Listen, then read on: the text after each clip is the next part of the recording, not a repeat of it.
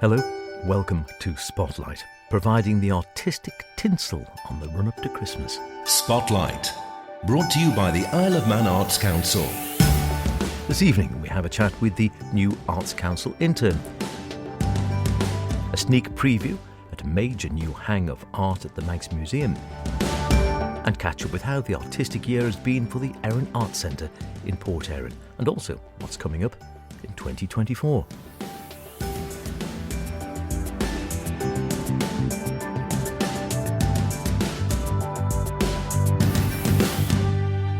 Remember, do get in touch with any creative artistic endeavours you may be involved in, planning, hoping to create, or would really like to put in the spotlight. This programme, of course, poetic, visual, theatrical, musical, literary, film, mime, ceramics, lots of other stuff. Howard Kane at manxradio.com or spotlight at manxradio.com, whatever you like. Do get in contact though, because I'd love to hear from you.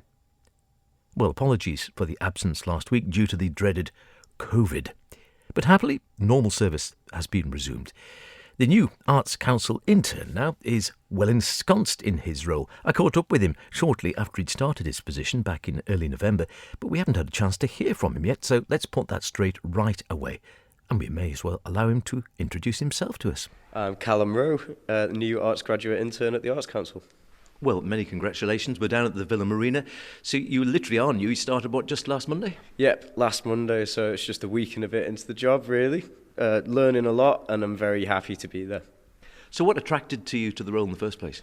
So I'm a musician by trade. I went to the Royal Northern College of Music in Manchester to do their 4-year degree course, a Bachelor's with Honours in Popular Music.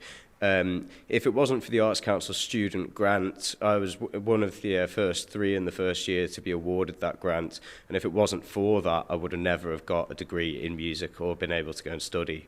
So after coming back to the island and working for a while just to kind of make ends meet, I saw the job open up and thought it would be a really good way to pay it back. And I've got a deep connection to the island's creative kind of scenes as well, and I want to see people succeed in their ambitions. And you say music when you've been doing music at uni. What sort of music? Are you sort of a Catholic taste, or particularly down the pop route, or classical, folk, jazz, all the above? So my parents are musicians. My dad's a bass player, my mum plays keys, and she sings backing vocals as well. So I've grown up with like Stevie Wonder, everything really, any genre, any band, any artist, on road trips with my family when I was growing up. I was studying guitar at uni, electric guitar, and I sing as well.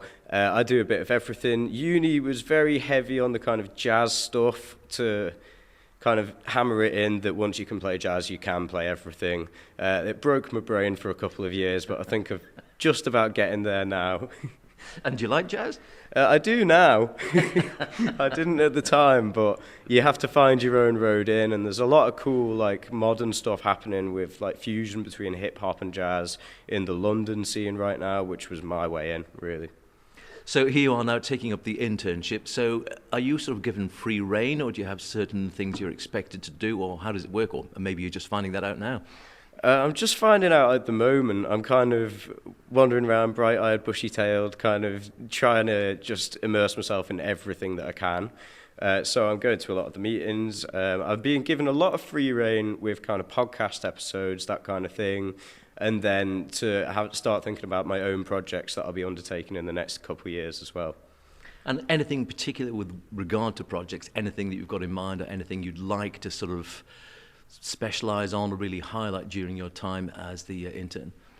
I'd love to put on a kind of multi-arts event instead of just a gig or just an art exhibition or just kind of a night of dance or theatre.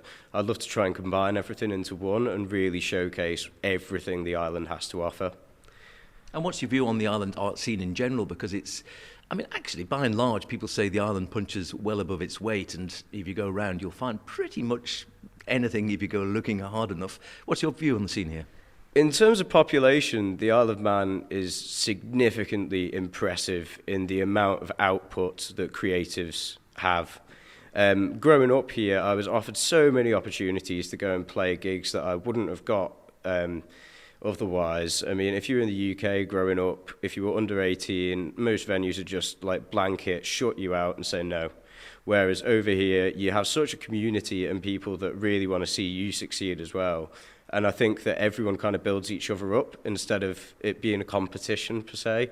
Because on a small island as well, if you start competing, that's where you stop being offered gigs. And so you're hoping to be able to play music yourself or play with own bands or other bands whilst you're in post, as it were? Yeah, so I'm playing in a few bands at the moment. I've got a few projects underway. A lot of the projects are kind of quite quiet at the moment because I'm trying to kind of get them off the ground and start them. So it's a lot of background work in my own time. But over the next couple of years, I'm hoping to put on more original music events over here.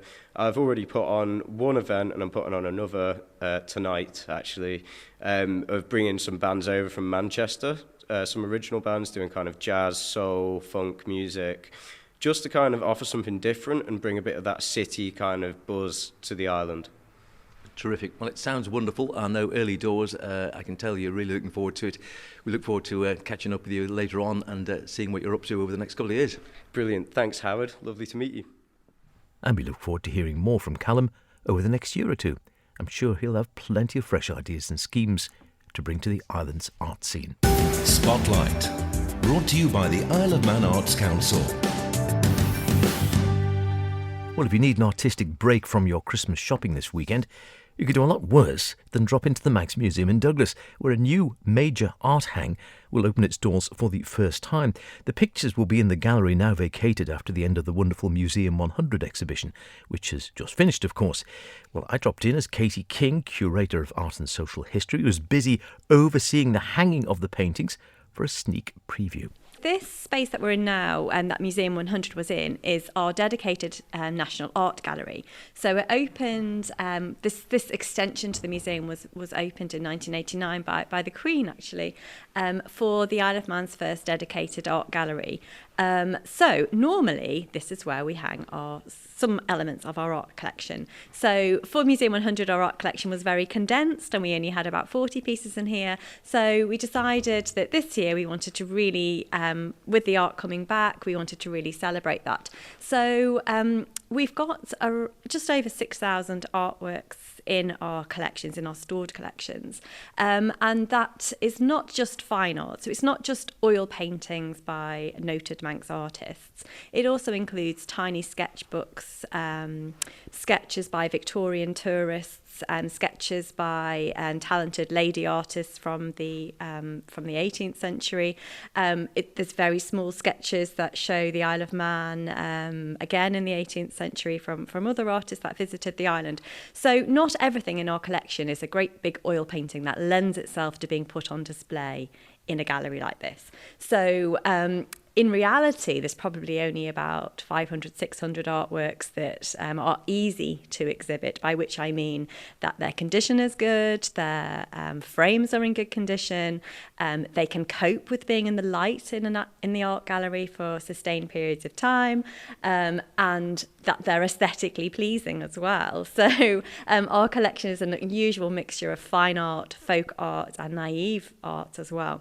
So for the past year or so, I've been working with our conservator team here, Chris Weeks and Emma Lacornu, to really analyse our collection. We get a number of things since I've become the curator of art and social history. Occasionally I get ribbed a little bit by people I meet or people that know I do this job, and they say, "Oh, you keep everything in that dark store and we can't see anything," or they say, "Oh, you've got so many artworks and you always show the same ones over and over again. Why is that?" So we really wanted to sort of unpick that and see if we could show some artworks that have never been on public display before or have not been on display for 20 years. And to figure out why. So it was really a desk-based exercise for a while. So we've got a fantastic database here where all information about all our collections are kept. So it was a matter of delving through that database to establish which artworks hadn't been seen for a long time and why. And that's when the conservators and myself started to really address these issues. So 40% of the art that you'll see in the National Art Gallery, which opens this weekend, won't have been seen before by you, probably, unless you're over 100 years, unless you're 100 years old. Not yet. Working on it. Because there's been problems with those art pieces. They're damaged. They might have a hole through it. They might have the frame might be completely broken. Framing is quite difficult on the island to get these sort of very... We don't have any frame conservators on the island that can fix these sort of very beautiful and old frames. And is that why some of them perhaps haven't been on display before? Simply they've been there. That's the absolute reason why. So when we are a donation organisation, really, so very rarely we buy art for the collection. We don't have any budget to do so. If we do want to buy art for the collection, as I say, it's very rare that happens. We rely on our friends organisation, the Friends of Manx National Heritage, who sometimes very generously help us purchase significant items for the collection. But mostly we rely on people donating things to us. And in the early days of the museum, in the 1920s, the 1930s, they were really keen to build an art collection. So they were accepting pieces in any condition whatsoever. If it was really damaged, for example, they would still accept it. So some artworks have been in our collection since the 1930s and have never been on display because they're absolutely knackered. To have them restored, we would have to send them off island. And restoration of an artwork can range between £2,000 to £12,000 and up and up and up. And if the artwork itself if the actual aesthetic piece isn't that strong in the first place, it will never get progressed to that stage because we don't have the money to do that. So that's one of the reasons. Another reason is simpler. A lot of the artworks aren't framed. They've never been framed. They are in our drawers. So they've come to us unframed. They are a sketch or they are something else. So we've actually had loads of artwork frames, so loads. So that's great. So for some pieces simply haven't been shown for that reason. And we've also, this is a great opportunity to show new things we've acquired in recent years, which includes a brilliant painting here of Marjorie Forbes, the Duchess of Atholl. So she was the wife of the last Duke of Atholl, John Murray, the fourth Duke. She was one of the people, well, her and her husband helped construct the Castle Mona, so that's where she lived. So this particular painting is very beautiful. It's been in the Forbes family home, or been with the Forbes family ancestors for all that time since the early 1800s. And this is the first time it's ever been on public display, and it was donated to us very generously earlier this year. If we step over the barrier that I've got in place, because we're not quite ready yet, we've also got this beautiful portrait of Henry Stanley. That's fantastic, yes. Derby, dates from 1593. Some very, very old artworks painted on board. And this has just returned to the Isle of Man. It's been away this year for conservation. It was too badly damaged to show before, but it's been beautifully conserved. It is fantastic now, isn't it? Amazing. And it's been all been paid for by the Friends of Manx National Heritage, who really generously helped us this year with this project. So, first time it's been on public display. And this little pencil sketch by Anthony van Dyck, who's very famous artist, and he's painted Countess Charlotte. So she was the wife of James Stanley, who was beheaded, and Iliam Doan, that character. So this is a really, really rare artwork by a very famous artist, and we're really lucky here on the Isle of Man that our paper conservator Emma Cornew is also an expert in works on paper, art on paper. So she has conserved this on island, and it looks fantastic. It does look stunning, doesn't it? And just pencil, that, did you say? So it's a bit of charcoal and pastel as well. So it's been on display before, but not for many years because it was too damaged. So that's been restored on island by our in-house team.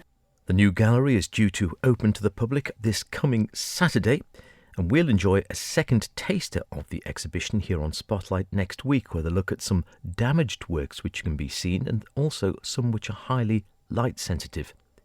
By the way, the final podcast, that's the 100th in the M100 series, Museum 100, will be going live shortly, where I chatted to Katie and also Alison Fox and Laura McCoy, curators at MNH, about the series. You'll be able to check that out on the Manx Radio website, or indeed check any of the 100 podcasts to celebrate 100 years of the Manx Museum. Wonderful stuff it is too.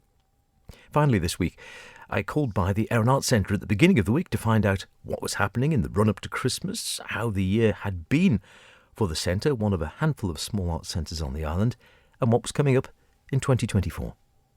Here's Pip Rolfe. I mean, our sort of Christmas institutions are the Russian Silver Band shows, which were last weekend, which were both fantastic.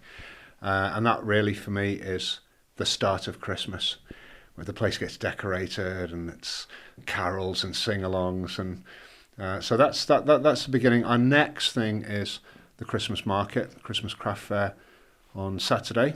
So that's Saturday the 9th. So we've got about 22, 23 stalls. We serve food and drink all day, and there's events going on all over Port Erin.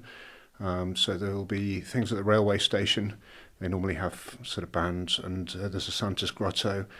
And then I think there's a sort of fun fair type thing on Church Road. So hopefully it'll bring a lot of people into the village and lots of people in here. And is that in the art gallery or throughout the building? Or It's right through the building. So we basically turn the whole place into a market. So we have stalls in the gallery right through. The bar obviously is our sort of cafe area, so we serve food and drink in there all day, and then we turn the auditorium with the seats back into like a big market with a sort of wagon train. That's not what you call it, is it? You know, a sort of circle of stalls in the middle and then stalls around the edge. Fun. Yeah, yep. And so if you are the kind of person like me who leaves your Christmas gifts to the last minute, come down and get yourself a fine handcrafted gift. I haven't started yet, never mind the last minute. I don't even want to think about it. No, nor have I. And then coming up after that, I think you were mentioning some screenings as well. Well, actually, before that, we have... I was on a festive tip, you see, so I got a bit carried away there. We've got Oppenheimer. So I think we saved the year's blockbuster to last. So it's our last midweek movie of the year. So we have 2 screenings of Christopher Nolan's massive Oppenheimer on Wednesday. And that's, again, it's sort of the screenings, will they be continuing into 2024? Yeah, basically. So our midweek movie, which is the Wednesday thing, that tends to be... We tend to do 2 shows, so we'll do a matinee for people who don't like to go out so much in the evening, or prefer the afternoon shows, and then we do the 7:30 show, and they tend to be not necessarily more family oriented, but maybe slightly sort of bigger films. And then the Friday Film Club, which we do every couple of months, is sort of more of an art house feature. So we sometimes do foreign language films, or sort of new films by new directors, or sometimes old classics. Keep it in. Yeah, I'm doing my best. I suppose you come to this time of the year then. Is it something, I guess, a lot of the first part of 2024 will already be well underway, is it? Or is it already planned? Yeah, it certainly is. So obviously we're back to the screenings. We have the live opera screenings as well.